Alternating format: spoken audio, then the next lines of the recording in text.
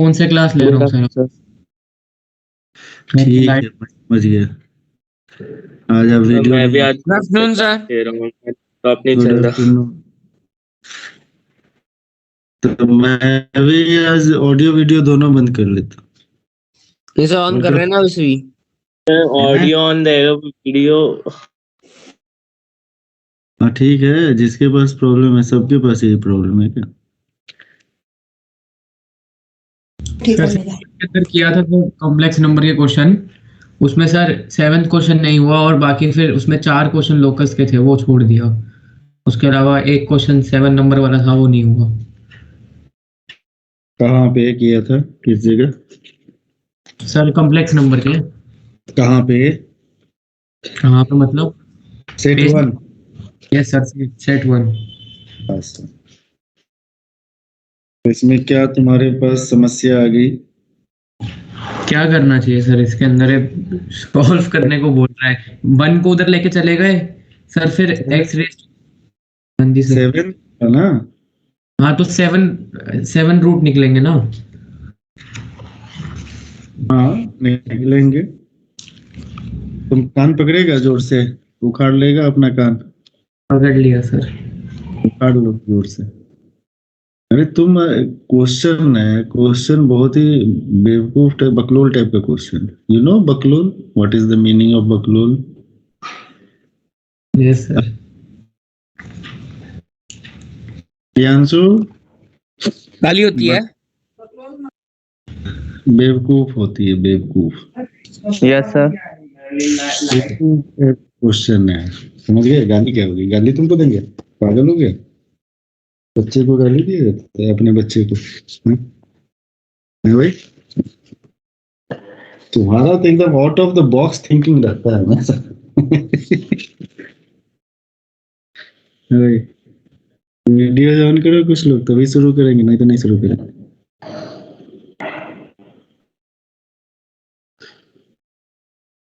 वैष्णवी कल होल्ड करके कहाँ चली गई थी बेटा?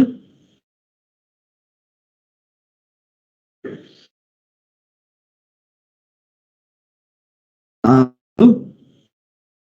सर वो मेरी हेलो। माँ अभी और नहीं रही, जिससे मैं नहीं बोल पा रही। वो मेरी कल नेटवर्क खराब हो गई, अच्छा, इसका वजह बात बार बार वो ऑफ हो रहा था। आज ठीक है नेटवर्क? हाँ अभी ठीक है। इस संस्कार कहाँ गया? संस्कार आता है क्लास में? ट्रेन में होगा सर। सर 2 दिन से ट्रेन में सफर कर रहे हैं। 2 दिन कहाँ जा रहे हैं, अमेरिका? हाँ सर, पता नहीं। ट्रेन लेट है सर। अच्छा, चलो जी।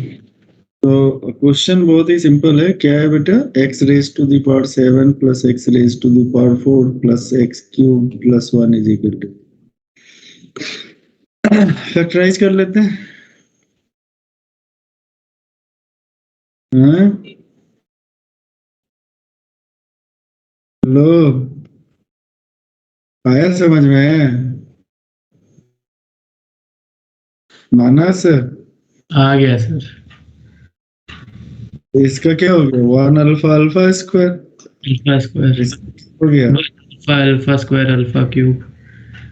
हाँ? अच्छा, -1 हो जाएगा उधर जाके। रूट नहीं। X square is equal to क्या हो जाएगा? X square is equal to iota. Plus minus iota हो जाएगा। बोलो हाँ या ना? देखो, x raise to the power 4 is equal to -1। X square is whole square is equal to क्या हो गया बेटा? -1।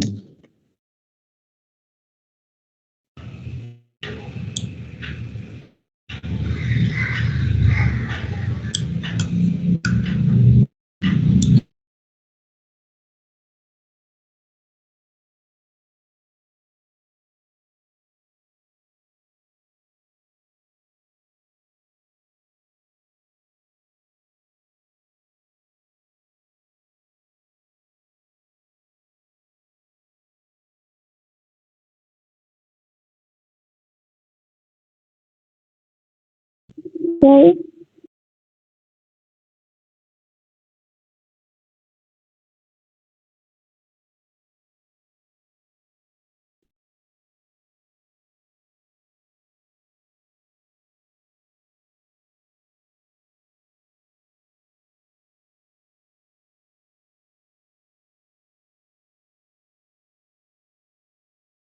Sir,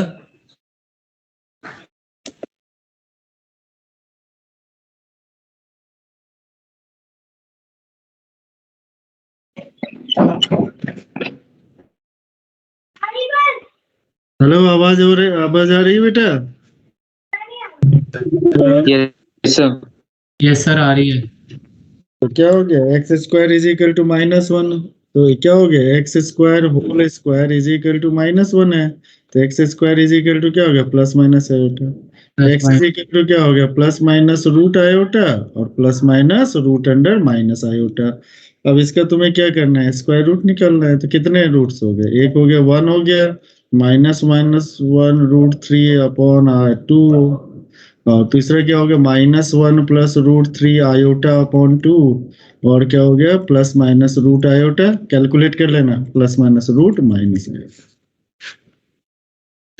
ठीक है। Yes sir. हाँ, श्री राणा, अभी वीडियो ऑन किया, अभी ऑफ कर लिया, क्या बात है? सो रहा है तुम? नहीं सर, वो दिख ही नहीं रहा कुछ, आप क्या करा रहे हो? क्या मतलब चीज? बोर्ड भी विजिबल नहीं है, कुछ भी विजिबल नहीं है।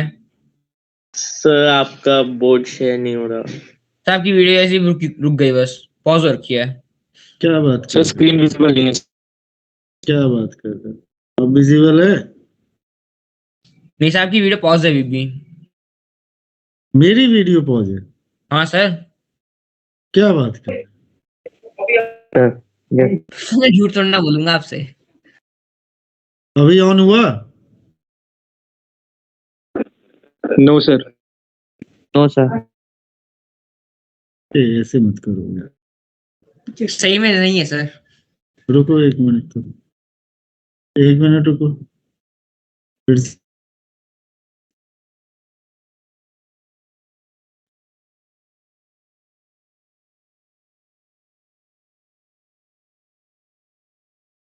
अभी आ रही है आवाज? वीडियो आ गई? यस सर, Yes, आ sir. गई।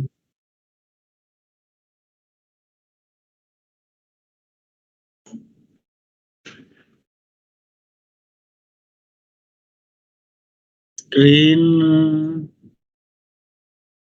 स्क्रीन अब दिख रहा है? यस सर, अब सही है। Yes, sir. चलो ठीक है। तो ये हो गया, इस क्वेश्चन का आंसर आ गया भाई, कर लोगे? यस सर, हो जाएगा। ठीक है, नेक्स्ट। और कोई क्वेश्चन किया है जिसमें डिफिकल्टी है? 1 मिनट सर के बस अंदर। 8 वाला नहीं होता मुझसे। ये तो हो गया था, 8 नहीं होता। 8th वाले में क्या होगा? जब ये हो जाएगा तो 8th वाले में क्या हो जाएगा? उसी तरह फैक्टराइज करेगा, और क्या होगा उसमें? सर 8 साल में था कि एक्स लास्ट में पेड़ नहीं बना था, x square plus x plus 1। हाँ, तो क्या हो गया? 3 3 का ग्रुप बना लो। देखो 3 3 के ग्रुप में बन रहा है।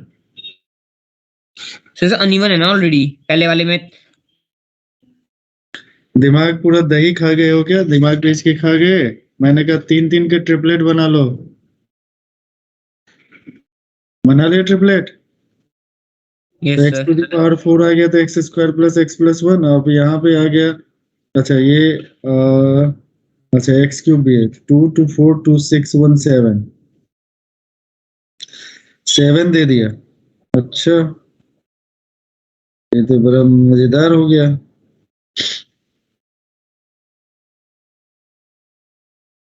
ठीक है, +1। क्या कलाकारी कर दिया इसमें?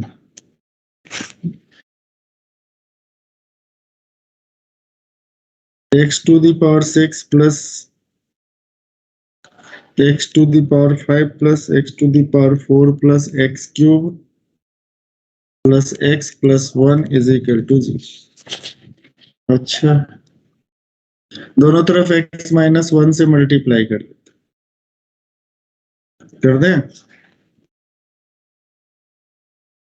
कर दे, बोलो। यस सर, कर रहे हैं। तुम करते रहना।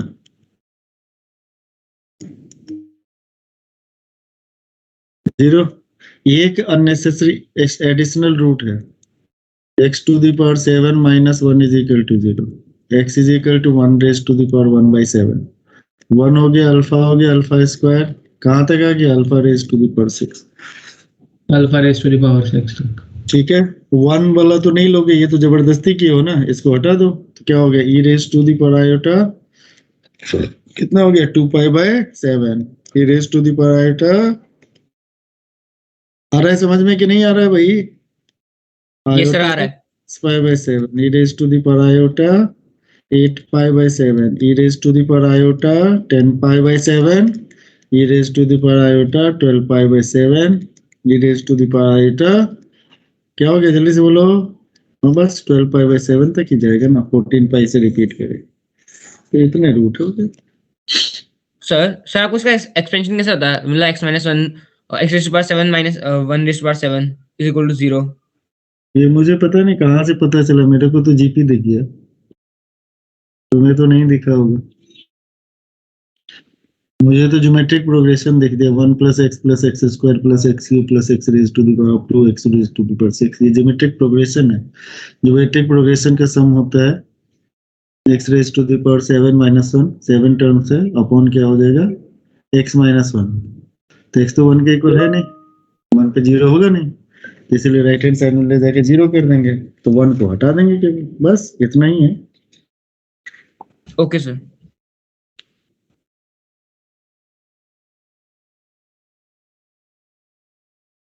स्क्रीन नहीं दिख रहा है? अभी भी नहीं दिख रहा है? दिख रहा है सर अभी? सर दिख रहा है अब। नहीं सर विजुअल है। फिर कह रहे स्क्रीन शेयर करो, ऐसे थोड़े होता है। अब दिख रहा है फिर से? Now is it visible? Yes sir. पर इतना नेटवर्क का स्ट्रेंथ वीक नहीं है, वो बीच में अचानक से गायब हो गया था।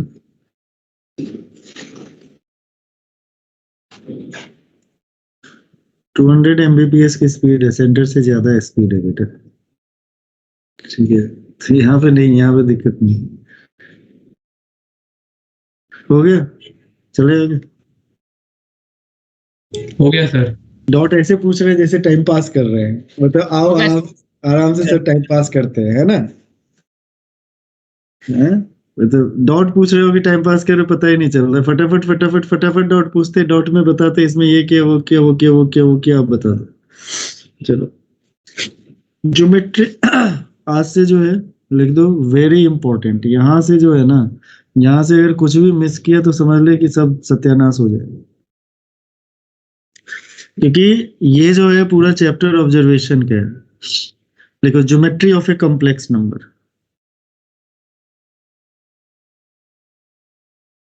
ठीक है, geometry of a complex number. अच्छा, ज्योमेट्री क्यों जनरेट, ज्योमेट्री में मतलब क्या देखेंगे, किस तरह की बातें होंगी।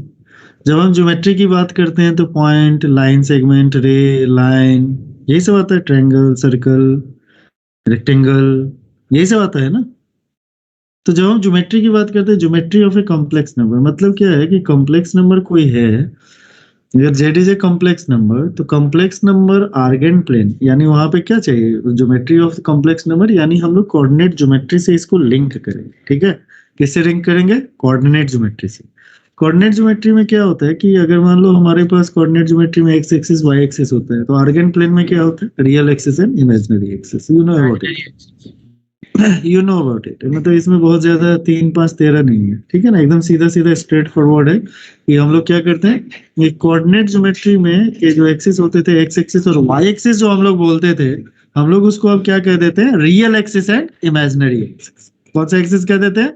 Real axis and imaginary axis. हाँ, बाकी बातें सेम होगा, ठीक है, बाकी बातें वो एक्स और वाई के टर्म में ही रहेगा। तो उसको हम जब एनालाइज करेंगे, एज ए मैग्नीट्यूड और एज ए वैल्यू एनालाइज करेंगे, तो एक्स प्लस आयोटा वाई करेंगे। बाकी एज ए, तुम लोग जानते हो कि कॉम्प्लेक्स नंबर को हम लोग 3 फॉर्म में रिप्रेजेंट करते थे। One was Cartesian form, x, y, another was polar form, and third one was Euler form. Polar form में हम लोग करते थे r cos theta plus iota sine theta, और यूलर फॉर्म में r e raise to the power iota theta करते थे, जहां पे r क्या होता था, modulus of a complex number, और थीटा जो होता था वो argument of a complex number होता था। I hope this part is clear to you, yes और नो? तो इसमें Yes, क्या sir. होता है कि whenever we are going to discuss, we are thinking about the modulus of a complex number. It is nothing else, it is distance from origin to that point. Origin से लेके उस point का, यानी जहां पे वो कॉम्प्लेक्स नंबर रिप्रेजेंट है। तो यानी कॉम्प्लेक्स नंबर किसको रिप्रेजेंट करता है? तो पहले ही बात लिख लो, complex number, first point, complex number is represented by a point in a plane. कौन से प्लेन में? ब्रैकेट में लिख लेना। जब हम कॉम्प्लेक्स नंबर की बात करें तो we are discussing about the complex plane या आर्गन प्लेन के बारे, या फिर गॉसियन प्लेन, तीनों में से कुछ भी कह लो। ओके, तो हमारे पास क्या होगा जब हम लोग कॉम्प्लेक्स नंबर की बात करेंगे? तो हमारे पास क्या होगा? कॉम्प्लेक्स नंबर हमारे तीन बातों से रिप्रेजेंटेड करेंगे। जैसे मान लो जेड है, जेड इज इक्वल टू, हम या तो एक्स प्लस आयोटा वाई लिख लेते हैं, इसी को इक्विवेलेंटली हम लिख लेते हैं, क्या लिखते हैं? X comma y. तो इसको कौन सा फॉर्म कहा जाता है? Cartesian form. कौन सा फॉर्म कहा जाता है? Cartesian form. जब z is equal to r cos theta plus iota sine theta लिखते हैं, तो इसको हम क्या कह देते हैं? कौन सा फॉर्म कह देते हैं? Polar form. Polar form. Okay, polar form, जहां पे आर जो होता है वो होता है modulus of Z, amplitude, amplitude भी होता है। बहुत बढ़िया, कुछ भी बोल दो, घर की खेती है। थीटा जो होता है वो आर्गुमेंट, ठीक है, आर्गुमेंट होता है, या फिर इसको कहते हैं एम्पलीट्यूड। ठीक है, कोई भी टर्म कहीं भी यूज कर देना, ठीक है, इसी से तो देश आगे बढ़ रहा है बेटा। ये कौन सा फॉर्म हो गया? यूलर फॉर्म, जहां पे r is equal to mod z है और थीटा इज इक्वल टू है tan inverse y by x, और उसको कहते वही है, इसको क्या कहते हैं? मॉडुलस, इसको कहते हैं आर्गुमेंट। तो इसका मतलब z इज इक्वल टू, अगर मान लो 3 प्लस 4 आयोटा है, तो इसको लिखेंगे कार्टेशियन फॉर्म में 3,4, और 3,4 एक पॉइंट होगा, ये हो गया 3,4। तो ये जो हमारा z1 है 3,4, तो इसीलिए हमने पहला कंक्लूजन लिखा है कि z represents a point in a plane. ठीक है, सेकेंड, इसी में फर्स्ट पार्ट तो ये हो गया। दूसरी बात, मॉड जेड की अगर बात करें तो ये करता है represent the distance of Z from origin. अब ये सब बुक में नहीं लिखा है। और तीसरा आर्गुमेंट, क्या लिखोगे? क्या होता है ये? एंगल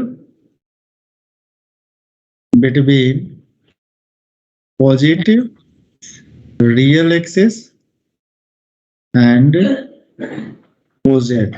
ओजेड समझते हो? ओरिजिन से जेड को जो लाइन ज्वाइन करता है उसको हमने ओजेड कहा। तो कहने का मतलब, अगर हमारे पास we have a complex number, थोड़ा सा इसमें कॉम्प्लेक्स नंबर हमारे पास यहाँ पे कोई जेड है, ये ओ है, ओजेड जो लेंथ है वो मॉड जेड रिप्रेजेंट करता है, और पॉजिटिव एक्सिस के साथ एंगल जो है ये थीटा, ये किसको रिप्रेजेंट करता है? आर्गुमेंट को रिप्रेजेंट करता है। किसको रिप्रेजेंट करता है? Argument. I hope this is very clear to you.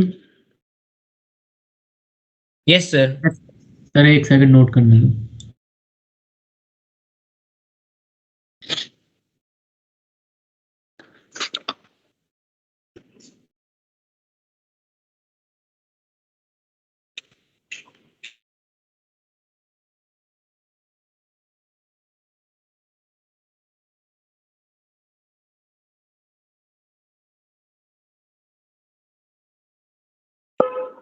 हो गया सर, थैंक यू। सर लिख लिया। इसमें चीजें जो है अभी से मेमोरी में डालते चलो, क्योंकि इसमें रोज तुम अगर शुरू करोगे, क्योंकि इसमें हर चीज तुम्हारे दिमाग में होना चाहिए, तभी ये लिंक बनता चलेगा, नहीं तो डिस्क्रीट हो जाएगा। डिस्क्रीट हो जाएगा तो हर एक क्वेश्चन अटेम्प्ट करने में डर लगेगा। इसीलिए प्लीज यहाँ से कोई भी चीज एकदम बहुत ध्यान से लेके और साथ में चलो। अच्छा, तो अब हमारे पास ये हो गया कि सेकेंड थिंग जो है अगर मान लो हमें निकालना है, सपोज करो आर्गेन प्लेन में 2 पॉइंट है, एक पॉइंट Z1 है और एक पॉइंट मान लो Z2 है, इन दोनों के बीच का डिस्टेंस निकालना है, यानी ये हमें निकालना है, तो ये किससे रिप्रेजेंट होगा? तो Z1 इज इक्वल टू, मान लो सपोज करो Z1 is equal to x1 plus iota y1 है और Z2 is equal to suppose करो x2 प्लस आयोटा y2। तो Z1 माइनस Z2 जो हो जाएगा, ये सब लोग जानते हो, x1 minus x2 plus iota y1 minus y2। अगर इन दोनों के बीच का डिस्टेंस निकालना है, तो अगर मान लो ये तुम्हारा x1 y1 और ये तुम्हारा x2 y2 है, तो distance between Z1 Z2, distance between Z1 and Z2, जो डिस्टेंस फॉर्मूला था उससे हो जाएगा root under x1 minus x2 whole square plus क्या हो गया y1 minus y2 whole square. इसमें कोई दिक्कत? No sir. नो और पे अगर मान लो मॉड Z1 माइनस Z2 जो मैं निकालता हूं, this is also root under क्या हो जाएगा x1 minus x2 whole square और प्लस क्या हो जाएगा y1 minus y2 whole square. It means what, क्या हो गया कि डिस्टेंस बिटवीन, यानी कंक्लूजन स्टेटमेंट ये है, सब कुछ मत लिख लेना, distance between Z1 and Z2 is represented by कैसे रिप्रेजेंट होगा? Mod Z1 minus Z2। तो ये बताता है कि दो कॉम्प्लेक्स नंबर के बीच, यानी अगर तुमने सब्ट्रैक्ट किया तो ये क्या बताएगा? Distance between Z1 and Z2। Mod Z1 minus Z2 represent the distance between Z1 and Z2। I hope you understand this. Second होता है, कौन सा फॉर्मूला होता है? Section formula. आपको फीलिंग आनी चाहिए जब इसको पढ़ो, तो ऐसा फीलिंग आना चाहिए कि आप ज्योमेट्री पढ़ रहे हो। Okay, whenever we are discussing about the section formula, you know there is a point A which is represented by Z1, there is the point B which is represented by Z2, here is a point C that is represented by Z, and that intersects the line segment in the ratio m is to n, yani you have AC upon BC is equal to m upon n. Okay, तो now what is Z? Z is equal to हो जाएगा mz2 plus nz1 upon m plus n. This is what? Internal division. ये कौन सा division है बेटा? Internal division. अगर external division होगा, एक्सटर्नल डिवीजन मतलब क्या होगा? इस तरह का है, situation is like this, here is point A, this is Z1, here is a point B, this is Z2, and there is a point C is here, this is Z, and it is given that AC upon BC is equal to m upon n. It means this is m and this is n. We can write Z is equal to mz2 minus z1 upon m minus n. So this is about external division. Okay, इसको ऐसे अगर analyse करेंगे, explanation देख लीजिए, analyse करेंगे क्योंकि थोड़ी देर के बाद आपके दिमाग में, तो ए पॉइंट अगर Z1 को रिप्रेजेंट करता है कार्टेशियन फॉर्म में x1, y1, बी पॉइंट अगर Z2 को रिप्रेजेंट करता है तो x2, y2, and the C point is Z को रिप्रेजेंट करता है, दिस इज x, y, और this is C, this is m is to n. So therefore x can be written as mx2 plus nx1 upon में क्या लिखेंगे? m plus n, and y can be written as my2 plus ny1 upon क्या लिखेंगे? m plus n. We know about this section formula from class 10th onwards. So z is equal to हमारा simple nothing else x plus iota y. So this can be written as mx2 plus nx1 upon m plus n plus iota my2 plus क्या हो गया? ny1 upon में m plus n. तो this is equal to, this can be written as m x2 plus iota y2 plus n into x1 plus iota y1 upon में m plus n हो गया। और तुम इसको देखते हो, x2 plus iota y2 can be written as mz2 plus nz1 upon m plus n. I hope this is clear to you. Yes sir. If you want to write the explanation, तो parallelly rough notebook निकालो, rough notebook में explanation लिख के चले जाओ।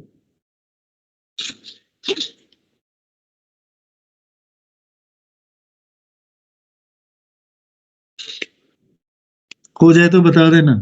इसको बहुत अच्छे से पढ़ो क्योंकि इससे क्वेश्चन आता ही आता है। किसमें? जेई में 100% मेंस एंड एडवांस दोनों में आता। सर लिखिए। गुड, एक second sir. Good.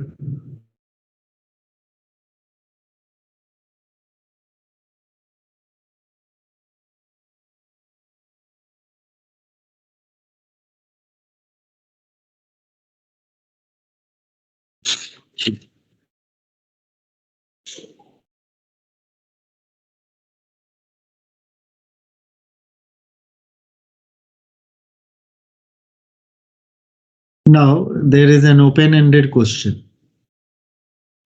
Open-ended question means what? कि whenever you are going to think about this, जो अपने Sir? thought process। सर आपने पर ये बार क्यों लगा रखा है इस पे mx2 प्लस आयोटा y2 पे?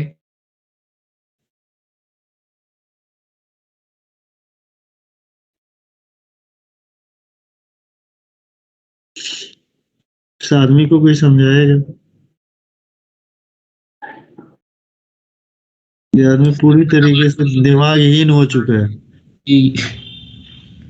जब मैं लिखवा रहा था तो ये बोल रहा था x2 प्लस आयोटा y2 जो है वो किसके इक्वल होगा? z2। एक साथ उसको क्लब किया था, बार नहीं लगाया।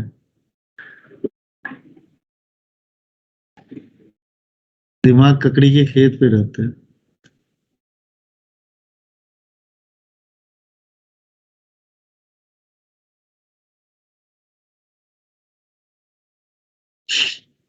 What is the application of distance formula? What are the applications of distance formula? Can you tell me anything? Any idea? Already you know, you have already completed your coordinate geometry completely. What is the application of distance formula? Okay, if you don't want to give the answer, I am also quite, just wait for time for 55 minutes, मैं भी अपने घर। Yes. Difference निकालने के लिए 2 point के बीच scale से हम डिफरेंट क्वाड्रिलेटरल प्रूव कर सकते हैं। कोलिनियरिटी। कोलिनियरिटी। ओके, पहले 2 मिनट का टाइम है, सोच लो। 2 मिनट के बाद बोलना।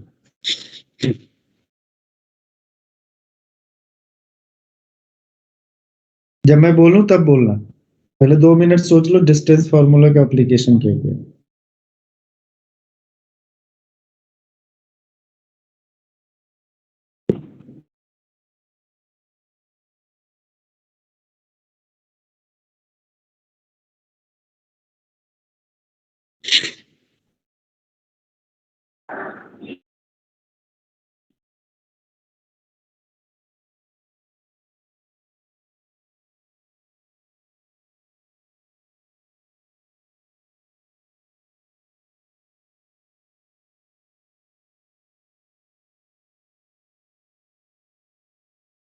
हिंट ये है कि डिस्टेंस को यूज करके हम क्या क्या ज्योमेट्रिकल फिगर्स में क्या क्या कर सकते हैं। शेप को आइडेंटिफाई कर सकते हैं। हेलो, हाँ जी सर। शेप निकाल सकते हैं, जैसे किसी कोऑर्डिनेटर के 4 पॉइंट दे रखे हैं तो पता चल जाएगा पैरेललोग्राम है या फिर स्क्वायर वगैरह क्या है। या फिर सर जैसे ट्राइंगल दे रखा है तो उसमें हाइट और अगर वो निकाल ले, बेस निकाल ले, तो एरिया निकाल सकते हैं उस मतलब ट्राइंगल का। पेरीमीटर निकाल सकते हैं अगर तीनों पॉइंट है तो।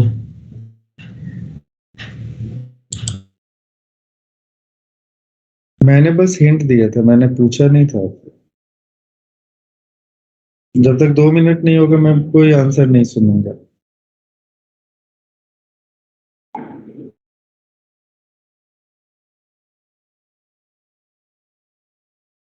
You have 1 more minute.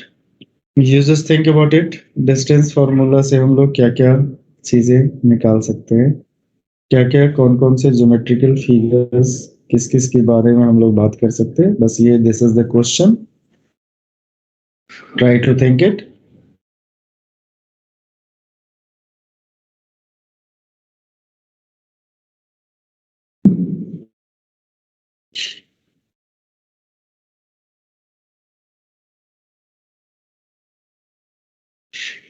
जिनको जिनको रिप्लाई करना होगा हैंड रेज करो बताओ। सर डिस्टेंस फॉर्मूला वाला है ना? हाँ, डिस्टेंस फार्मूला का यूज हम क्या क्या कर सकते हैं ये मैंने पूछा है। What are the possibility? जिनको जिनको पार्टिसिपेट करना है हैंड रेज करें, तो ये भी पता चल जाएगा क्लास में कितने लोग हैं।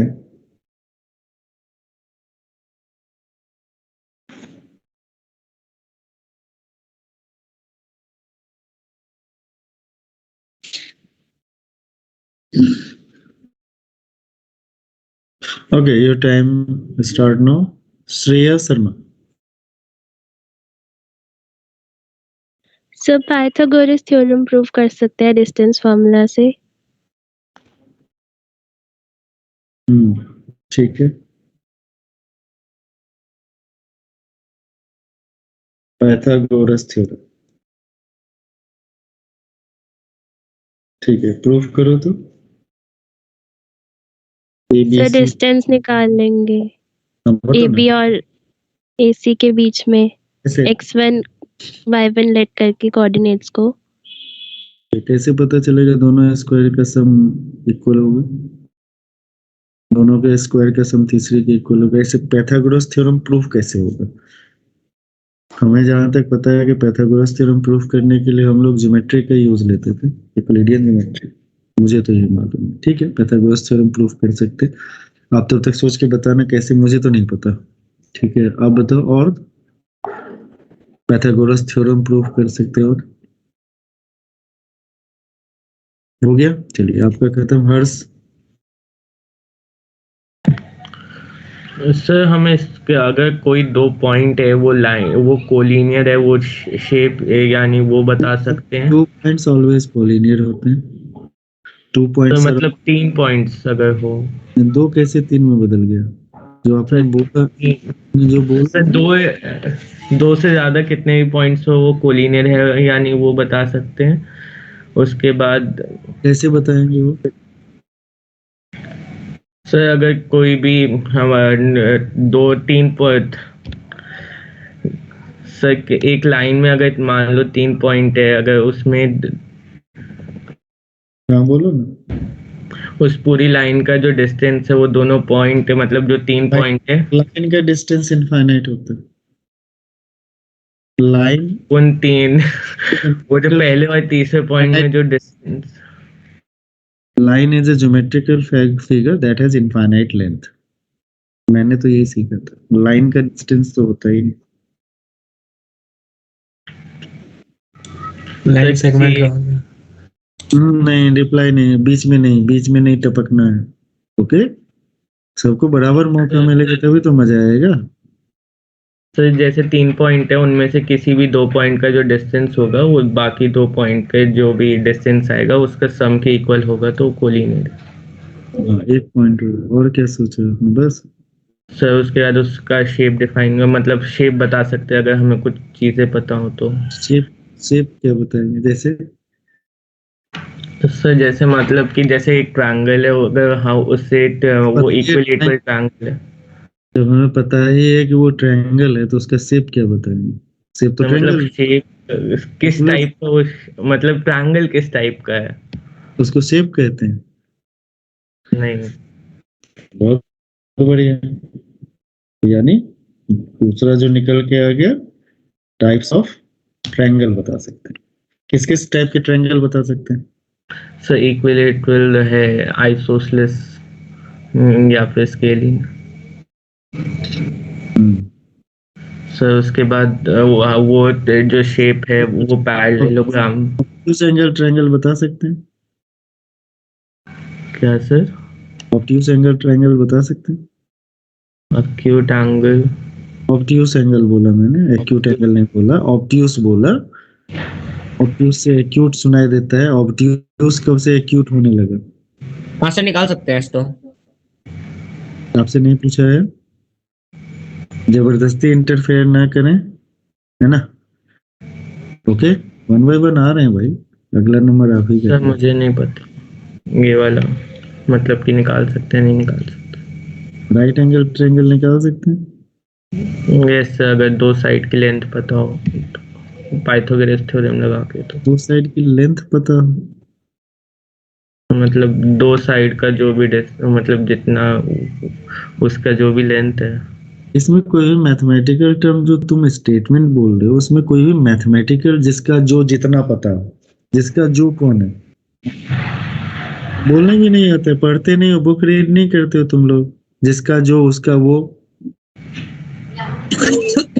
और क्या सोचा आपने? सर जैसे हमें अगर डिस्टेंस पता है तो 2 मिनट का जो टाइम दिया था ना, आप लोग कर क्या रहे थे? मेरी शक्ल देख रहे थे। आपको नोटबुक में लिखना चाहिए थे, ये बातें पता चले, उसको देखते और फटाफट बोलते। क्योंकि आप जब बोलोगे तो क्रॉस क्वेश्चन होगा, क्रॉस क्वेश्चन होगा तो दिमाग में कुछ चीजें भूल जाएगी, निकल जाएगा,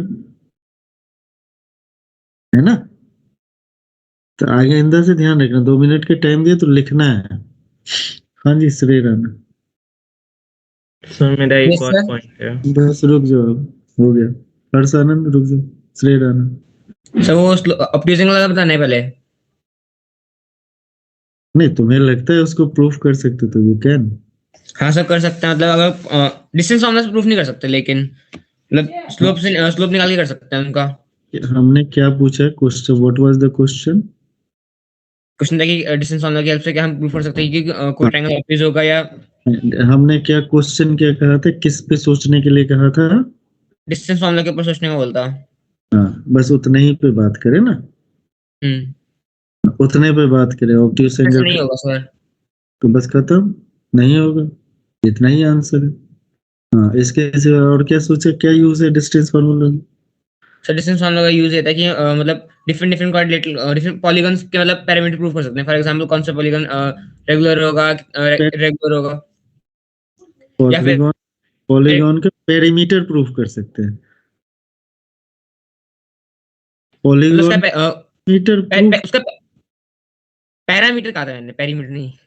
पैरामीटर क्या? मतलब पैरामीटर कि जिसकी उसका पेरीमीटर क्या होगा, उसका एरिया क्या होगा, वो रेगुलर पॉलीगॉन होगा, इरेगुलर पॉलीगॉन होगा। ठीक है, एक पॉलीगॉन बताते हैं, इसका एरिया बताओ तो क्या होगा? बहुत बढ़िया चीज करे, 2 3 7 8 15 2, बताओ तो एरिया क्या होगा?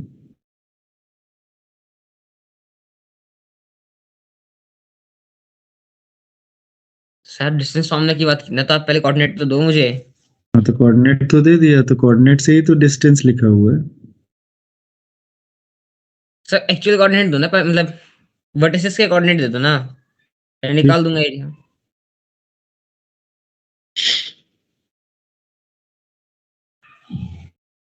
तो डिस्टेंस फार्मूला का यूज होता है। एरिया ऑफ ट्रायंगल अलग से नहीं पढ़ा था, एरिया का पॉलीगॉन अलग से नहीं पढ़ा था,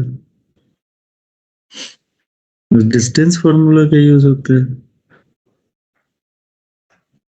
चलो आगे बोलो, हो गया, आगे बोलो, और क्या करते हो? एरिया निकाल, रेगुलर पॉलीगॉन कैसे निकालेगा? सर साइड डिस्टेंस इक्वल होंगे तो रेगुलर पॉलीगॉन का पता लग जाएगा उससे। सारी डिस्टेंस इक्वल होती है तो रेगुलर पॉलीगॉन होता है।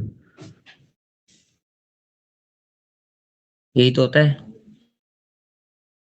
नहीं, मैं भी तो यही कर रहा हूँ, यही होता है। मैं कहाँ कह रहा हूँ कि ये नहीं होता है, यही होता है। इसका मतलब रोम्बस एक रेगुलर पॉलीगॉन है। हाँ चुल्लू पर पानी बगल में होगा, एक बार पी लेना नाक डुबा के। रेगुलर पॉलीगॉन हमेशा इक्विलैटरल और इक्विएंगुलर होता है। इक्विलैटरल होता है और इक्विएंगुलर होता है। Rhombus is not the regular polygon, square is a regular polygon. ठीक। Okay sir. लोअर पानी। चलो, और क्या क्या पैरामीटर तुम डिसाइड कर रहा था? नहीं सर, और नहीं था। ठीक, आपका खत्म। मानस, आप बताओ सर। सर यही है सब कुछ तो सर, मतलब बहुत बता दिया, बट सर लेकिन लाइक जैसे अगर पॉइंट दे रखे होते हैं कितने भी n नंबर ऑफ पॉइंट है, तो उन सब पॉइंट को ज्वाइन करके जो फिगर बनेगी या फिर जो फिगर बनेगी उसका हम शेप बता पाएंगे। उसका डिस्टेंस फॉर्मूला का क्या मतलब है?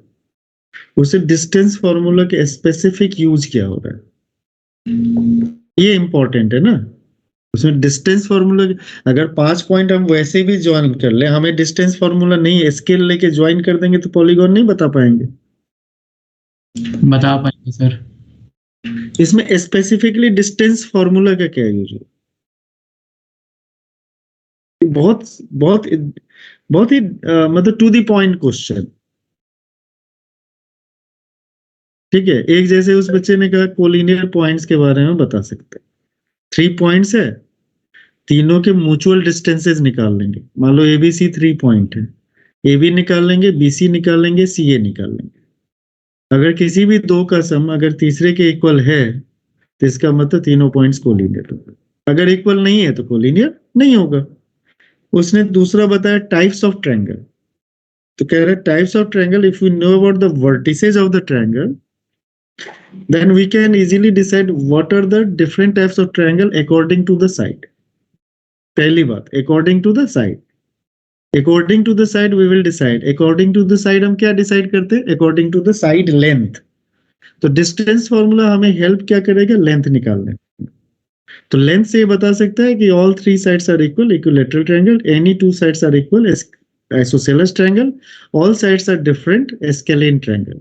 और एक सबसे पहले ऊपर लिखा हुआ जो पैथागोरस थ्योरम प्रूफ करेंगे, वो एक्चुअली पैथागोरस थ्योरम प्रूफ नहीं करते हैं। अगर किसी भी दो लेंथ के स्क्वायर का सम अगर तीसरे लेंथ के स्क्वायर के इक्वल होता है तो इसका मतलब वो राइट एंगल ट्रायंगल होता है। तो इसमें 4 टाइप के ट्रायंगल को हम डिस्टेंस फॉर्मूला यूज करके कर सकते हैं। तो 4 टाइप के ट्रायंगल्स यूज हो गए। ओके, तो ये हो गया दूसरी बात। What else? Okay, Gaurav Kumar. Hello sir. Yes please. Sir optics angle का बात करेंगे सर, तो वो भी बता सकते हैं सर। अगर दो डिस्टेंस का जो स्क्वायर होगा सर, उसका सम अगर मतलब तीसरे से बड़ा हो जाए, मतलब तीसरे से छोटा हो जाए, तो वो ऑप्टिक्स हो जाएगा सर। दो डिस्टेंस का स्क्वायर अगर तीसरे से छोटा हो जाए तो ऑब्ट्यूस हो जाएगा। नहीं सर, मतलब बड़ा सर, बड़ा तो ऑप्टिक्स हो जाएगा सर वो triangle. What is logic behind this? Sir अगर आप कोई राइट एंगल ट्रायंगल देखते हैं सर, तो उसका जो साइड का जो स्क्वायर का सम होता है वो 90 डिग्री पे आके रुकता है। अच्छा, और सर अगर मतलब बहुत ही सिंपल सा मैं ट्रायंगल लेता हूँ।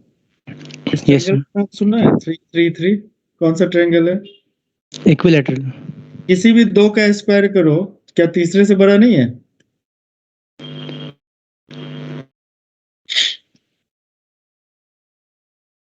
है। Yes sir. तो क्या ये ऑब्ट्यूस एंगल ट्रायंगल है? No sir.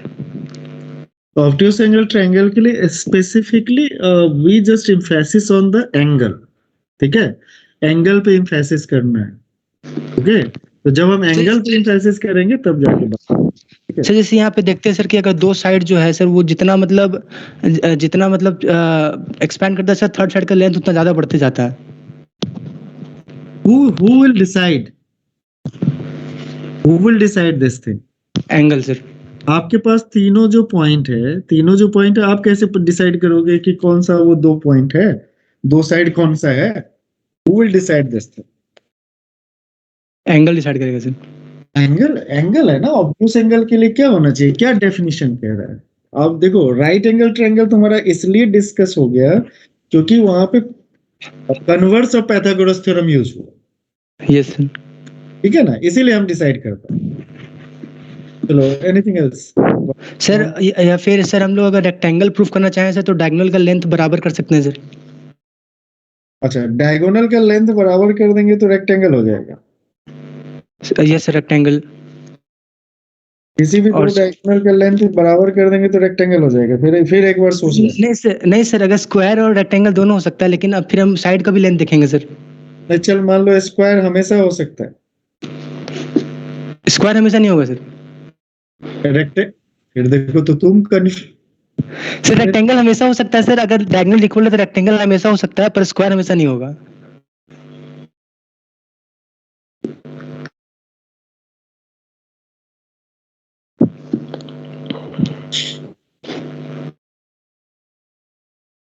सर रुक जाओ, one by one. Priyanshu, yes sir, shape identify कर सकते हैं लोग सर, जैसे स्पेसिफिक शेप, जैसे सर क्वाड्रिलेटरल ले रहे हैं तो क्वाड्रिलेटरल में हम लोग स्पेसिफिक क्वाड्रिलेटरल, स्पेसिफिक, हाँ ऐसे बोलो। क्या क्या क्या क्वाड्रिलेटरल में क्या? पहले तुम बोलो, फिर बीच में ही टोक दिया मैंने। चलो बोलो। यस सर, नहीं सर वही स्पेसिफिक क्वाड्रिलेटरल हम लोग पता कर सकते हैं लोग। जैसे सर हम लोग को स्पेसिफिक शेप दिया हुआ है, तो सर जैसे जितना हम लोग को आइडेंटिफाई है, जैसे रेक्टेंगल, स्क्वायर, ये सब का हो गया, तो कोऑर्डिनेट साइड का अगर डिस्टेंस फॉर्मूला से हम लोग को लेंथ पता चल जाएगा, कोऑर्डिनेट होगा तो बिल्कुल सही। लेंथ के वजह से लेंथ से भी हम लोग निकाल सकते हैं लोग। अगर लेंथ नहीं है तो इसका मतलब कोऑर्डिनेट मिल गया। नहीं ना, अभी देखो कोऑर्डिनेट दिया हुआ है, कोऑर्डिनेट से डिस्टेंस निकालेंगे, ठीक है? तो लेंथ Yes, है, sir. और उससे लेंथ है, उसके बाद कौन कौन से कोऑर्डिनेटर Yes, sir. बता सकते हैं? सर इससे हम लोग रेक्टेंगल बता सकते हैं लोग, स्क्वायर बता सकते हैं लोग, हाँ और सर रेक्टेंगल, स्क्वायर। रेक्टेंगल के लिए क्या बता सकते हैं? सर अगर ऑपोजिट साइड इक्वल है तो रेक्टेंगल है, और सर टोटल साइड अगर इक्वल हो जाएगा, टोटल साइड लेंथ अगर इक्वल हो जाएगा तो स्क्वायर है। जोर से मार देंगे मुक्का। सारे साइड का लेंथ इक्वल होगा तो स्क्वायर होगा कि रोम्बस होगा? सर इस जगह पे सर कंडीशन है ना सर। क्या कंडीशन? कंडीशन ये है कि सर जो यहाँ का कोऑर्डिनेट होगा ना, उसका एक पार्ट और दूसरे पार्ट का एक कोऑर्डिनेट मैच करेगा। जैसे एक्स कोऑर्डिनेट या वाई कोऑर्डिनेट, दोनों में से कोई एक मैच करेगा कॉर्नर्स का। कुछ ऐसा बोलो जो हमें भी समझ में आए ना, हम तो नॉर्मल बताऊं? रुक जाओ, एक बार 7वें तक पहुंचने दो, 7-8 तक। हाँ आदित्य तिवारी, थोड़ा सा ऐड कर। सर अगर कुछ एक लाइन सेगमेंट मान लीजिए हम लोग के पास है और कुछ उस पे कुछ पॉइंट्स दिया है, कोऑर्डिनेट्स मालूम है, तो हम ये डिटरमाइन कर सकते हैं कि वो किस रेशियो में डिवाइड कर रहे हैं। वो तो सेक्शन फार्मूला है। नहीं सर, डिस्टेंस मालूम है तब ना रेशियो निकलेगा, सेक्शन से तो कोऑर्डिनेट्स निकलेंगे ना। क्यों? सेक्शन फार्मूला से रेशियो नहीं निकलता है? सर वो तो m+n जाता है ना डिनोमिनेटर। क्या बात कर रहे हो? K:1 से रेशियो नहीं निकालते थे? इसका मतलब 10th वाला कोऑर्डिनेट खा पी के सफा चट कर लिए क्या तुम लोग? हम तो कोई बड़ी बात तो पूछ ही नहीं रहे। अभी तो शुरू ही किए हैं, तुम्हें धोना शुरू ही किए हैं, और फिर इसके बाद तुम मुंह बंद ही रखना, फिर कुछ पूछना मत तुम, जब इस तरह से तुम पढ़ के आ रहे हो तो। हाँ वैष्णवी, आप बताओ। तो हम डिस्टेंस फॉर्मूला से ये बता सकते हैं कि कोई भी मतलब स्क्वायर है, रोम्बस है, रेक्टेंगल है या पैरेललोग्राम है, तो जब हमें स्क्वायर बताना है तो हम बोल सकते हैं कि उसकी 4 साइड से इक्वल है, और अगर डायगोनल इक्वल है तो वो स्क्वायर हो जाएगा, अगर हम निकाल दें डिस्टेंस फॉर्मूला से। और फिर हम रोम्बस के लिए बता सकते हैं कि अगर उसका 4 साइड से अगर इक्वल है तो। फिर रेक्टेंगल के लिए हम अपोजिट साइड इक्वल और डायगोनल इक्वल बता सकते हैं, और पैरेललोग्राम में इसको इक्वल प्रूव कर सकते हैं। बिल्कुल सही जवाब, एक भी गलत इसने नहीं बोला। इसने सीधे बोला कि सर जी आपको पैरेललोग्राम प्रूफ करना है, अपोजिट साइड इक्वल प्रूफ कर दीजिए, पैरेललोग्राम होता है। रोम्बस के लिए इसने बोला ऑल 4 साइड्स इक्वल कर लीजिए, आपका रोम्बस हो जाएगा। रेक्टेंगल के लिए बोला अपोजिट साइड इक्वल कर लीजिए, और उसके साथ साथ डायगोनल को इक्वल कर लीजिए। और अगली बात क्या बोला इसने? 4 साइड इक्वल कर लीजिए, डायगोनल इक्वल कर लीजिए तो स्क्वायर हो जाएगा। और क्या कर सकते हैं डिस्टेंस फॉर्मूला का? हाँ हर्ष, तुम बहुत देर से कुछ कहना चाह रहे। तो यही बोलने वाला था, आखिरी पॉइंट यही था। सर हाँ श्रेया जी बताइए। सर पॉइंट बता सकते हैं ना, जैसे सर्कल में हम करते थे कि पॉइंट सर्कल के आउटसाइड लाई कर रहा है या सर्कमफ्रेंस पे या फिर अंदर, डिस्टेंस फार्मूला से रेडियस को कंपेयर करके।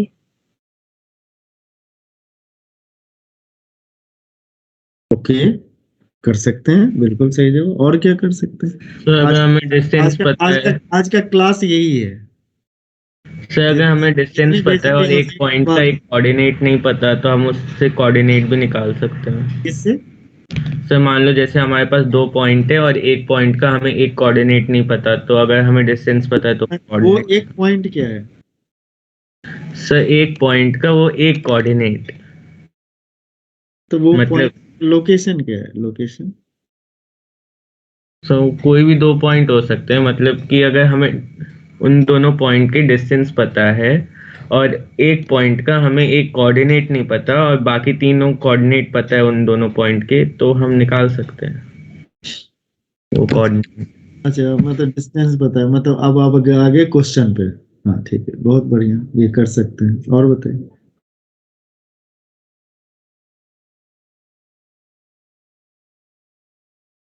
ऐसा नहीं लग रहा कि आप लोग बिल्कुल नहीं पढ़ाई कर रहे हो? बिल्कुल जीरो पढ़ाई है आप लोगों की, बिल्कुल ही एकदम से पढ़ना लिखना ही बंद कर दिए। ऐसे इंजीनियर बनते हैं? हैं? ऐसे आईआईटी हो? कैसे बता सकते कि अगर वो मतलब एक क्वाड्रिलेटरल पैरेललोग्राम है बट रेक्टेंगल नहीं है, या फिर हाँ वो रोम ठीक हो गया, स्क्वायर है? वो चारों हो गए, चारों हो गए। ठीक है, डायगोनल इक्वल वो हो गया, कुछ नहीं। कैसे बनते हैं इंजीनियर? है सर अगर राइट एंगल ट्रायंगल है तो उसका एरिया भी बता पाएंगे। तुम एरिया के पीछे काहे पड़े हुए भाई? ट्रायंगल के एरिया निकालने का फॉर्मूला नहीं मालूम है क्या तेरे को? 1/2 x1 into y2 minus y3 x2 into y3 minus y1 plus x3 into y2 y1 minus y2, ये नहीं पता है क्या तेरे को? बार बार एरिया पे कहाँ पहुंच जा रहा है? हैं? दिमाग में स्लोप नहीं निकाल सकते। हाँ, डिस्टेंस फॉर्मूला से स्लोप तो निकालते ही। स्लोप के लिए y2 minus y1 upon x2 minus x1 जो है वो डिस्टेंस फॉर्मूला ही तो है। नहीं सर, मैं कह रहा था मतलब इसके में पॉइंट दे रखा है x, y, थप्पड़ मतलब लगा पे जाके गिरेगा बाहर घर के, घर पे आके एक थप्पड़ लगाएंगे। स्लोप और डिस्टेंस फॉर्मूला में कोई अंतर है कि नहीं? कोई अंतर है कि नहीं, कि कुछ वैसे ही एमी? नहीं सर, रीजन दे रहा था मैं। क्या रीजन है बता तो। फॉर एग्जाम्पल सर, हमारे पास कोई मतलब प्लेन में एक्स कॉमा वाई को आर्बिट्ररी पॉइंट दे रखा है, ठीक है। तो अगर जो एक्स कॉमा वाई है उसका पहले एक्स एक्सेस से डिस्टेंस और वाई एक्सेस से डिस्टेंस, उसके बाद वाई अपॉन एक्स कर देंगे लेंथ को, तो वहां से भी निकल जाएगा ना tan थीटा। बैल है क्या तू? एक पॉइंट से कितने लाइन पास होते हैं? जैसे ओरिजिन के रिस्पेक्ट में करता। रीजन के रिस्पेक्ट में कह रहा था, पूरी पूरी तरह बैल बन जाए। स्टूडेंट है, बच्चा है, बैल वाला हरकत करने लगा, ऐसे सींग हिला रहा है बस। अच्छा एकदम डांटे, आखिरी है ना 2021 में, डांट ले आज इस तरह से। ऐसे नहीं लग रहा है तुम पढ़ते नहीं है, एकदम सीधा सीधा था। सरकम सेंटर ऑफ द ट्रायंगल पता लगा सकते थे। डिस्टेंस फार्मूला के यूज करके ही सरकम सेंटर निकालते थे ना, सरकम सेंटर ऑफ ट्रायंगल निकालते थे ना। सेक्शन फार्मूला का क्या यूज होगा? ये सब सारा काम आएगा, एक ही बार शुरू करेंगे खत्म हो जाएगा। सेक्शन फार्मूला के क्या काम? सेंट्रॉइड। सेंट्रॉइड सबसे पहले, और इन सेंटर, और सरकम सेंटर, और ऑर्थो सेंटर। सेक्शन फार्मूला से हम रेशियो भी पता लगा सकते हैं। सेक्शन फार्मूला से मुझे ये बताओ, सेक्शन फार्मूला से कोलिनियरिटी कैसे पता लगा? 1 मिनट सोच लो, 1 मिनट के बाद बोलना, लिख लेना जो बोलना हो। By using section formula, how can we decide the points are collinear?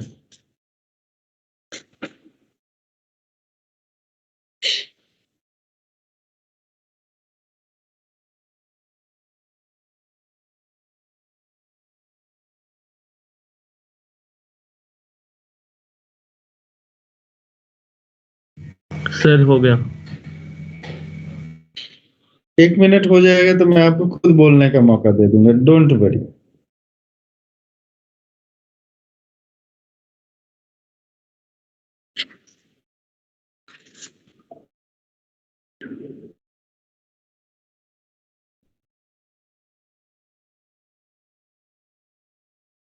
हाँ जी, प्लीज बताइए हर्ष जी। सर अगर हमें जैसे 2 पॉइंट मिला है तो हमें उससे पहले वो जो रेशियो होता है 2 हम पॉइंट फिर मारूंगा, अभी आके घर पे पीटूंगा। 2 सर, पॉइंट क्या? 2 पॉइंट कब से कोलिनियरिटी में 2 पॉइंट कब से होने लगा बे? सर मतलब 3 पॉइंट है सर, हम उसका रेशियो k:1 ले लेंगे, फिर अगर उन मतलब वो 3 इक्वेशन उससे निकालेंगे। 3 इक्वेशन कहाँ से निकालेंगे सर पहला हाँ, ले लिया, 3 पॉइंट ले लिया, उससे 3 इक्वेशन तुम निकाल के मेरे को बता दो। सर मतलब 3 नहीं 2, मैं XYZ ले रहा था। 3 और 2 में कोई अंतर है कि नहीं? मतलब कुछ भी बोल दोगे। 50 इक्वेशन निकालेंगे सर, 50 नहीं 2 बोल रहा था सर, और उसको k:1 रेशियो में मानेंगे, उसके बाद k की वैल्यू अगर सेम आई तो कोलिनियर है। बिल्कुल करेक्ट, ये बात सही है।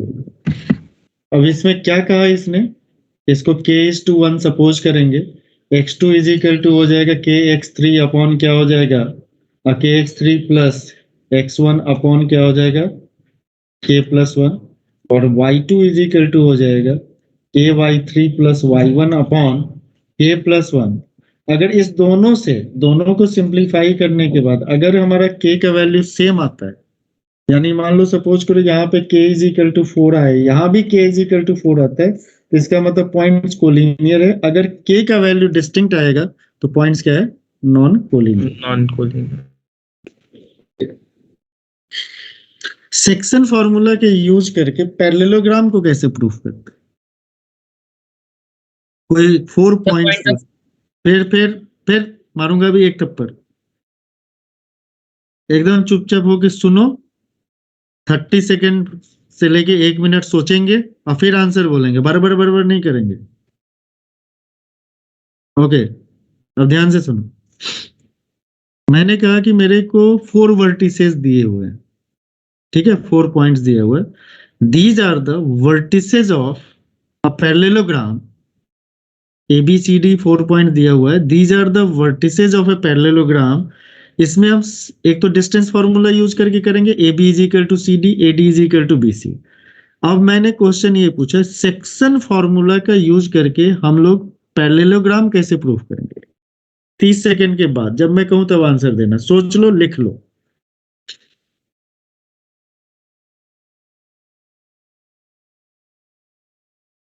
जिसको आंसर करना हो हैंड रेज कर देना।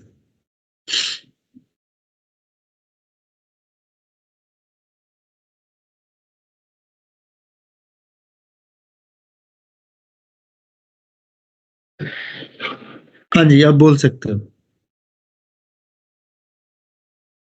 सो ये पैरेललोग्राम केस में अगर हमें पैरेललोग्राम प्रूफ करना है सेक्शन फॉर्मूला की हेल्प से, तो उसमें क्या करेंगे कि हम 4 वर्टिसेस दे रखे हैं ऑलरेडी, ठीक है, तो उनसे पहले उन दोनों का हर एक वर्टिसेस का मिड पॉइंट निकाल लेंगे और देंगे जो कॉमन, इसके मतलब हमारे पास पैरेललोग्राम में ABCD, ठीक है। अब AC का मिड पॉइंट निकालेंगे और BD का मिड पॉइंट निकालेंगे। अगर चेक करेंगे दोनों का मिड पॉइंट सेम है, यानी कि वो पैरेललोग्राम है, क्योंकि उसमें दोनों का उसी केस में डायगोनल का मिड पॉइंट होता है, डायगोनल डिस्टेंस बाइसेक्ट करते हैं पैरेललोग्राम के केस के अंदर। ठीक, तो हमें क्या करना है, AC और BD का मिड पॉइंट निकालना है। दोनों अगर सेम कोऑर्डिनेट्स रखते हैं तो इसका मतलब ये, ठीक है, ओके। तो इतनी बातों को सर ये भी बोल सकते हैं कि रेशियो सेम आए तो दोनों का, क्या मतलब? सर मतलब M:n जो है वो दोनों का सेम आए, AC और BD का। सेम क्या आएगा? Sir ratio. हाँ, मतलब क्या रेशियो आएगा? AC और BD का रेशियो आएगा क्या? सर मतलब वो पॉइंट पे डिसाइड करेंगे ना, अगर दोनों का रेशियो सेम आएगा AC और BD का जो सेक्शन फॉर्मूला से, तो वो पैरेललोग्राम है। AC और BD का सेक्शन फॉर्मूला कैसे आएगा? AC इधर सर कोऑर्डिनेट्स गिवन होंगे तो निकाल लेंगे। तो 2 पॉइंट का कोऑर्डिनेट गिवन है, तो सेक्शन फॉर्मूला किस पे लगाओगे तुम? 2 पॉइंट के बीच में कितने पॉइंट्स होते हैं? इनफाइनाइट। किस पे लगाओगे सेक्शन फॉर्मूला? अगर मैंने कह दिया ये तो 2, मिड पॉइंट ही होगा। फिर जबरदस्ती का ट्विस्ट क्यों डाल रहे हो? ये तो जबरदस्ती का ट्विस्ट हुआ ना। ये लाइन सेगमेंट है, ये लाइन सेगमेंट है, इस पे कितने पॉइंट होते हैं? Infinite points. तो इसमें सेक्शन फॉर्मूला क्या करेगा? अब मिड पॉइंट बोला तो मिड पॉइंट कौन सा फॉर्मूला से आता है? सर सेक्शन से ही आता है। तो फिर तो ये जबरदस्ती का ट्विस्ट क्यों? अननेसेसरी ट्विस्ट क्यों डालेंगे? तो जो अननेसेसरी हम सोचते हैं, अननेसेसरी जो ट्विस्ट डालते हैं, उसमें खुद ही ट्विस्ट हो जाते हैं। ज्योमेट्री जो है ना बेटा, बहुत ही स्पेसिफिक है। ज्योमेट्री में कंसेप्ट ना बहुत अच्छे से क्लियर होना चाहिए, नहीं तो कुछ भी नहीं समझ में आएगा। और ज्योमेट्री जो है ना, वो 50% जेई का सिलेबस है। 50% कोऑर्डिनेट ज्योमेट्री, कॉम्प्लेक्स की ज्योमेट्री, 3D ज्योमेट्री, ये 50% सिलेबस है। और अभी जितनी बात बता रहे थे ना, इतनी देर से किए, देखो 3 मिनट के अंदर ना सारे कंसेप्ट लिख डालोगे। चलो लिखना शुरू करो, छापना शुरू करो। तो सोच रहे होगे कि आज तो एकदम पूरे मूड में, खुद तो कुछ पढ़ नहीं रहे हैं, हमें ही पढ़ा रहे हैं। इतना देर खुद पढ़ के जाते थे। हाँ, तो पहला हमने क्या लिख लिया था? सेक्शन फॉर्मूला पे आ गए थे ना, सेक्शन फॉर्मूला पे। ठीक है, सेक्शन फॉर्मूला में Z इज इक्वल टू क्या लिख लिया था? mz2 plus nz1 upon m plus n। तो इससे मिड पॉइंट क्या हो गया? मिड पॉइंट फॉर्मूला क्या हो जाएगा? मिड पॉइंट हो जाएगा Z is equal to z1 plus z2 divided by 2। इससे सेंट्रॉइड का कोऑर्डिनेट क्या हो जाएगा? सेंट्रॉइड हो जाएगा Z is equal to z1 plus z2 plus z3 divided by 3। Distance formula का एप्लीकेशन, डिस्टेंस फॉर्मूला का एप्लीकेशन। पहला, मान लो 4 पॉइंट्स हैं हमारे, ऐसे लिखे हुए A Z1 है, B Z2 है, C Z3 है और D जो है वो Z4 है। अभी बताया था कि सर इसका जो मिड पॉइंट होगा वो सेम होगा, तो इसका मतलब हमारे पास कंडीशन आएगा ABCD CND are the vertices of a parallelogram if Z1 plus Z3 is equal to Z2 plus Z4। ठीक है, दूसरा ABCD CND are the vertices of a rhombus if, जल्दी से लिखो। पहली बात, ये पैरेललोग्राम होता ही है।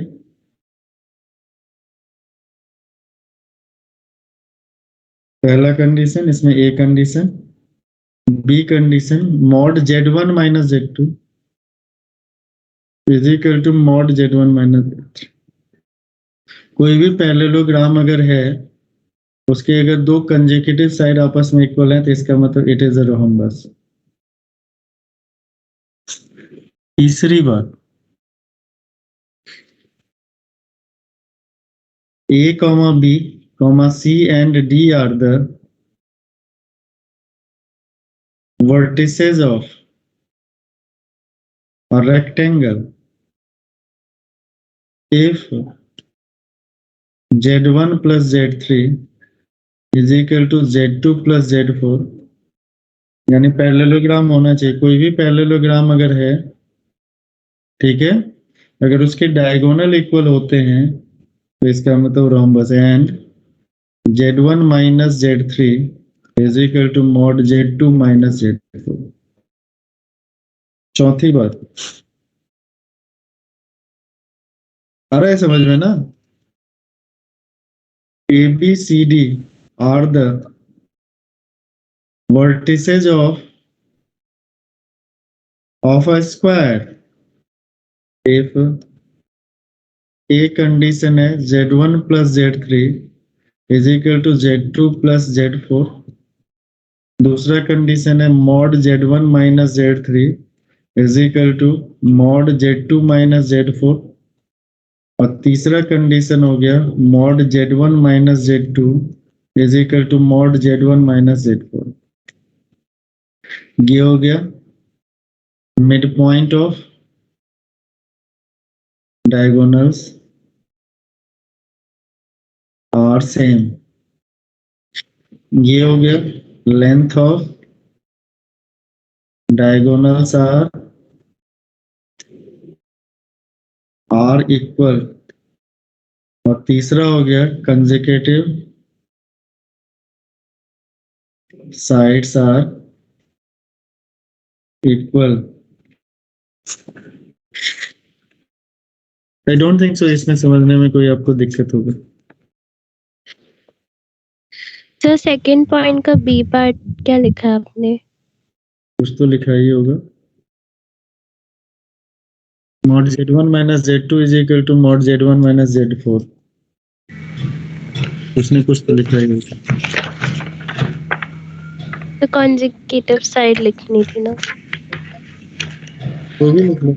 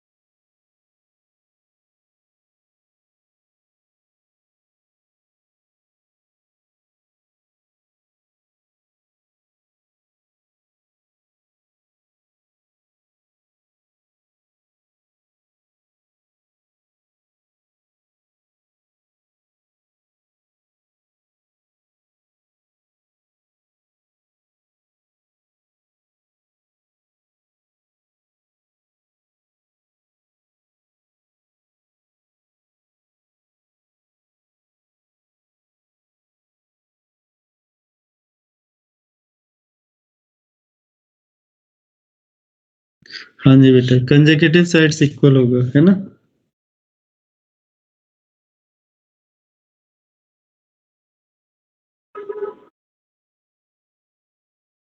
ठीक है, चले आगे। चले आगे।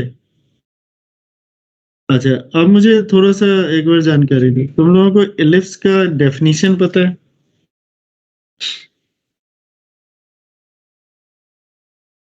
सर एक ऐसा कौन है जिसकी एसेंट्रिसिटी 1 से कम होती है? पहले सोच लो, नहीं तो मारूंगा अभी कान के नीचे। डेफिनेशन पूछा मैंने ये नहीं पूछा था इसकी एसेंट्रिसिटी कितनी होती है। What is the definition of ellipse? पहला क्वेश्चन। दूसरा question, what is the definition of hyperbola? सोच लो, लिख लो नोटबुक।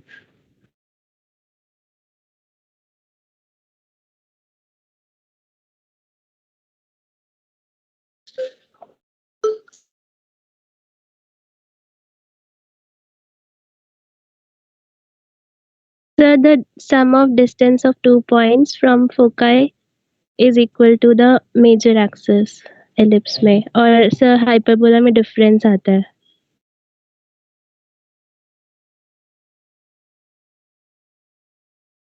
बस एक मिनट।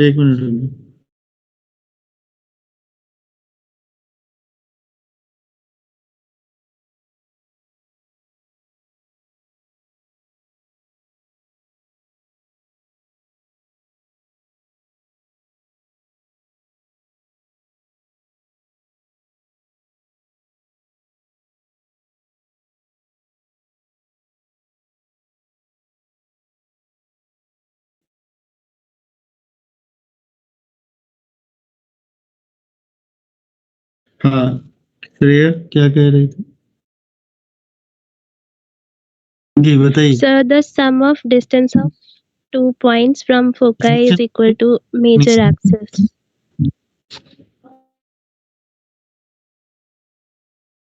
वही तो कोई बोल रहा था, कौन बोल रहा था? मेरी आवाज आ रही है? Yes sir, आ रही है।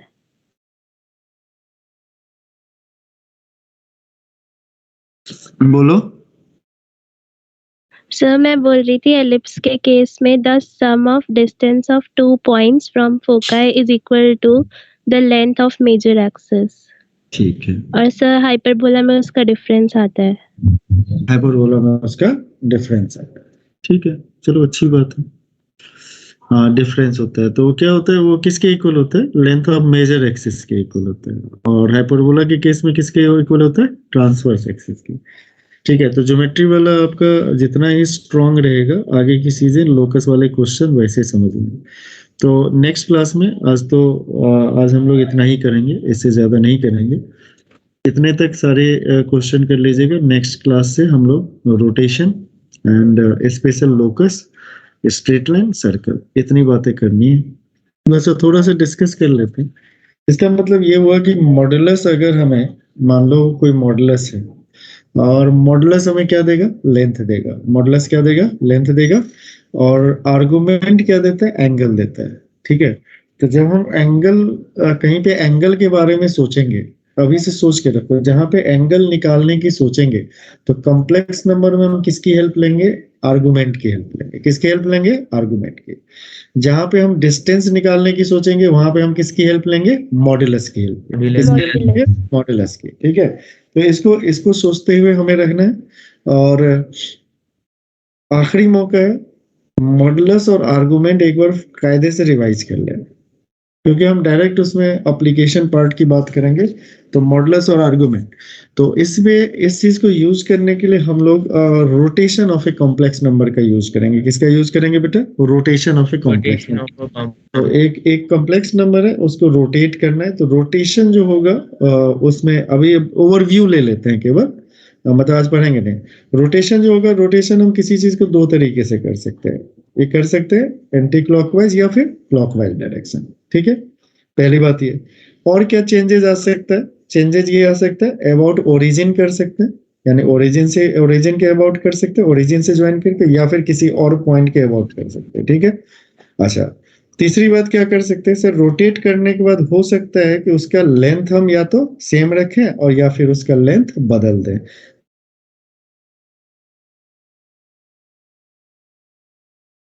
दो तीन बातें सीखेंगे। पहली बात क्या हो गया? डायरेक्शन ऑफ रोटेशन के बारे में बात करेंगे। क्लॉकवाइज की बात करेंगे या फिर एंटी क्लॉकवाइज की बात करेंगे। पहला पॉइंट आया समझ?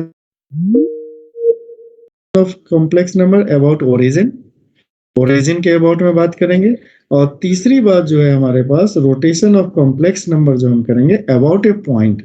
तो rotation of complex number about origin जो करेंगे, दो बातें हो सकती है, या तो साइड का लेंथ सेम रखते हुए करें, या फिर साइड का लेंथ क्या करते जाए? डिफरेंट कर दें। ठीक है, उसी तरह अबाउट ए पॉइंट, यानी किसी और पॉइंट के अबाउट करें तो उसके साइड का लेंथ या तो सेम रखें या फिर साइड का लेंथ क्या कर दें? डिफरेंट कर दे। तो इस तरह से हम रोटेशन की बात करेंगे। रोटेशन जो है बड़ा ही इंपॉर्टेंट टॉपिक है, ये बहुत सारे क्वेश्चंस का शॉर्टकट आएगा। ठीक है, बहुत सारे क्वेश्चंस का। ठीक है, okay, happy new year in advance. ठीक है, God bless you all. Happy new year sir. Happy new year sir. हाँ, अब बस एक ही साल बचा हुआ है, या तो आईआईटी में होगे, या फिर एनआईटी में होगे, या फिर दिल्ली यूनिवर्सिटी में बीकॉम करते होगे, कहीं ना कहीं होगे। अगले साल से हम लोग आ जाएंगे। ठीक है, तो आई होप कि नेक्स्ट ईयर से आप लोग थोड़ा सा जग जाएं और अच्छे से पढ़ें। एक साल खूब दम लगा के पढ़िए, बहुत ही अच्छा रिजल्ट आएगा। और दम नहीं लगाएंगे, अब सोचना पड़ता है ना, ऐसे थोड़े होता है। आज ही की क्लास में आप लोगों को फील हो गया होगा कि हम छोटी छोटी बातों को ध्यान से पढ़ना चाहिए। छोटी छोटी बातों को भी अगर ध्यान से नहीं पढ़ेंगे तो फिर दिक्कत हो जाएगी। ठीक है, okay, God bless you all, happy new year again and again.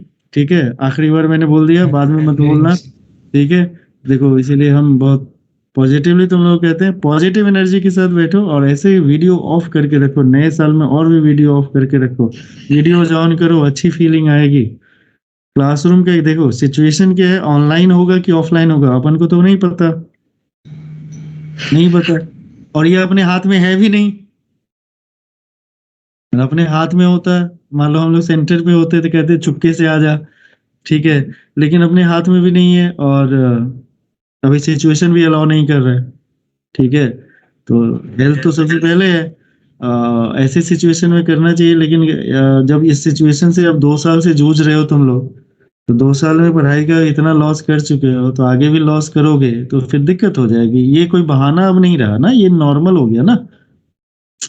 पापा तुम्हारी रोज पिटाई करते हैं, मान लो सपोज करो, तो ये बहाना नहीं रहा।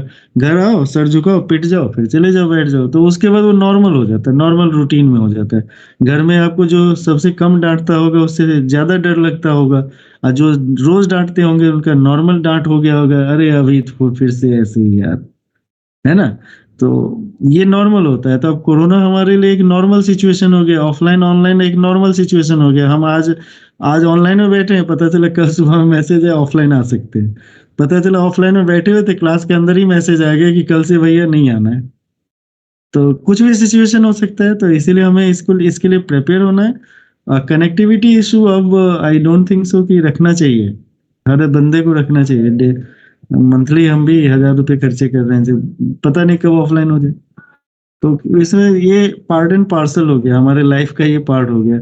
ये समझ लो, ऐसे कर लो, कनेक्टिविटी इशू पे इसलिए खर्चा कर लो कि अगर तुम ट्रैवल भी करते तो डेली बेसिस पे 50-60 रुपीज खर्चे होते, और 100 रुपीज 25 डेज आते 2500 रुपीज। 2500 रुपीज में यहाँ पे मंथली कनेक्टिविटी बहुत बढ़िया मिलता है, जो दिल्ली में है ना, मिलता है ना, मैं झूठ तो नहीं बोल रहा हूँ ना। नहीं सर, 2500 में अच्छा खासा कनेक्शन है। तो अगर आप ट्रैवल भी करते हैं, बाकी ऊपर में कैंटीन वगैरह खरीदा रहता है, वहाँ खुला रहता, तो वहाँ पे बर्गर भी खाते 200-300 रुपए के, तो हो गया, पेरेंट्स के भट्टे बैठा दिए रहते तुम लोग, ठीक है। तो इस बार तुम लोगों के साथ दिक्कत होगी, ना तो बर्गर खा पाए ना पढ़ाई कर रहे हो, हाँ, ठीक है। तो पढ़ाई को बहुत ही सिंसियरली लो। टाइम आज से नहीं गया है, बस ये आखिरी बार कह रहा हूँ इस साल में, इसके बाद नहीं कहूंगा, आखिरी बार कह रहा हूँ, टाइम तुम्हारे हाथ से नहीं गया।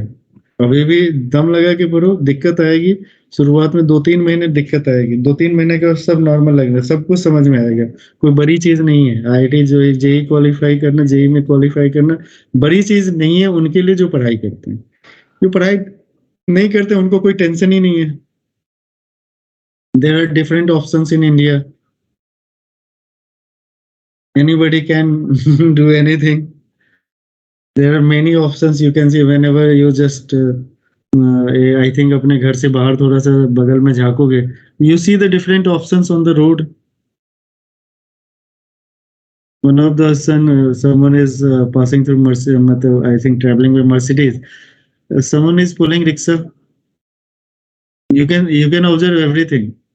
आपके चारों तरफ ही दिखाई देंगे। तो आई थिंक जिंदगी में कोई ना कोई कुछ ना कुछ तो जरूर करेगा, लेकिन IIT जेई करने के लिए पढ़ना जरूरी है, ठीक है।